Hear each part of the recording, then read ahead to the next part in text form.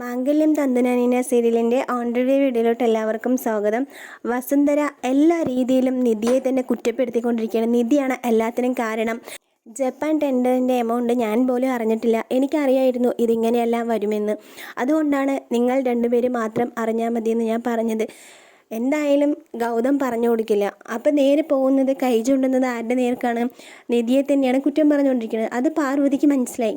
അപ്പോൾ പാറു പറയുന്നുണ്ട്, വസുന്ധര എന്താ ആരെ സംശയിക്കുന്നത് വസു? നിധിയാണോ സംശയിക്കുന്നത് വസു?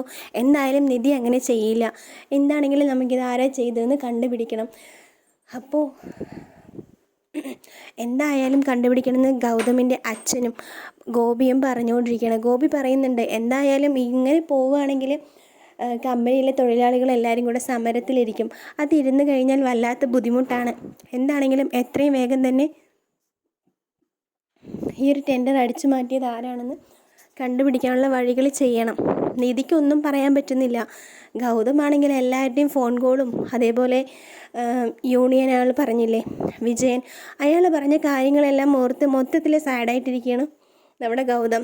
നിധി എന്ത് തന്നെ ഗൗതമിനെ ആശ്വസിപ്പിക്കാൻ ശ്രമിച്ചാലും ഗൗതമിൻ്റെ മനസ്സിൽ ആശ്വാസ വാക്കുകളൊന്നും കയറുന്നില്ല. ഒന്നും മിണ്ടാതിരിക്കുക നിധി, എനിക്കിത്തിരി ആശ്വാസം വേണം, സമാധാനം വേണം, അങ്ങനെയുള്ള രീതിയിലാണ് ഗൗതം നിധിയെ നോക്കുന്നത്. എന്തായാലും നാളത്തെ എപ്പിസോഡിനായി വെയിറ്റ് ചെയ്യാം. Okay, take care, bye bye.